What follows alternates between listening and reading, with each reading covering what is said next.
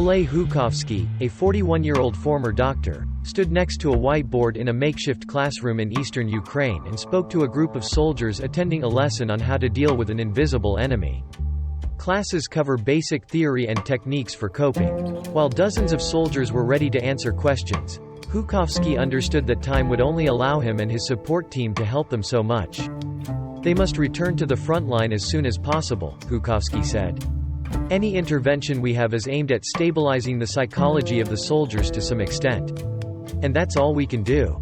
There will be no full recovery. Our working conditions do not allow for that recovery. Hukovsky is one of hundreds of specialists and volunteers across Ukraine who treat soldiers for mental health problems caused by the stress of combat. Reuters calls this a hidden enemy challenging the Ukrainian army.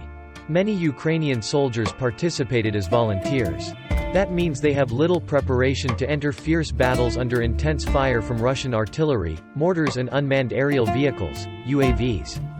Ukraine has an army of mobilized citizens who, just yesterday, were teachers, artists, poets, IT specialists or workers, said Dana Vynohradova, deputy commander of the brigade in charge of support. Spiritual and psychological support for soldiers, said. We do not have the ability to conduct comprehensive psychological training for military specialists, so the army is trying to recruit more people to provide psychological support to soldiers. Ukraine's military refused to answer questions about the scale of the recruitment drive and how many soldiers have received psychological treatment since the conflict broke out. Such details are considered military secrets. However, Reuters interviewed 13 people involved in supporting the Ukrainian army and 4 soldiers who were receiving both short and long-term psychological treatment. They spoke of fatigue, stress, anxiety, fear and guilt but were aware of the need to return to the front lines soon. Nightmares and obsessions. Former Dr. Hukovsky said that Ukrainian soldiers are not rotated regularly. As the conflict drags on and Russia's defenses remain unpenetrated, pressure is growing on Kiev to recruit more troops without draining an economy already strained by the conflict.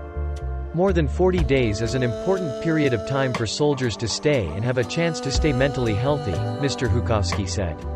But they are in a situation where they can be deployed to fight for a long time, causing them to suffer more shock and fatigue in combat. Attending Mr. Hukovsky's class last month was soldier DJ, a 50-year-old former worker from central Ukraine. I often have nightmares. They make me exhausted. When I have time to rest, I don't dare take a nap, soldier DJ shared. The former Ukrainian worker said he was not well prepared for the severity of the conflict. My mentality cannot endure forever, Mr. DJ said, adding that his position on the Lyman front had to endure Russian fire 24/7. Like many other soldiers, Mr.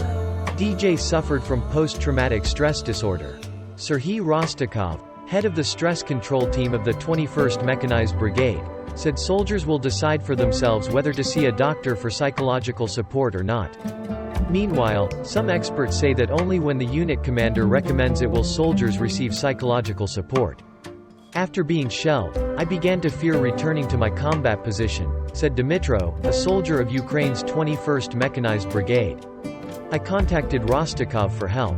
After a period of treatment, I was no longer afraid and could return to the front line.